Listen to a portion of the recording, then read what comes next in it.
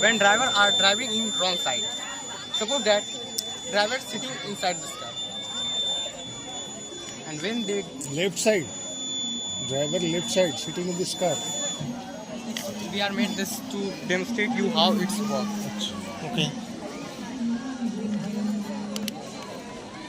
When they drive the car, the gate will open as a warning and wheel clear gets activated. If driver do not stop the car, the wheel clear will simply puncture their wheel as a punishment. Same principle will apply in this side.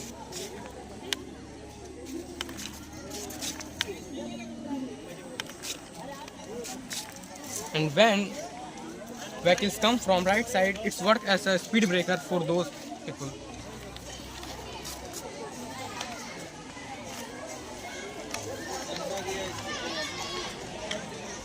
Always drive left hand side. Simple. We also put here some slogan.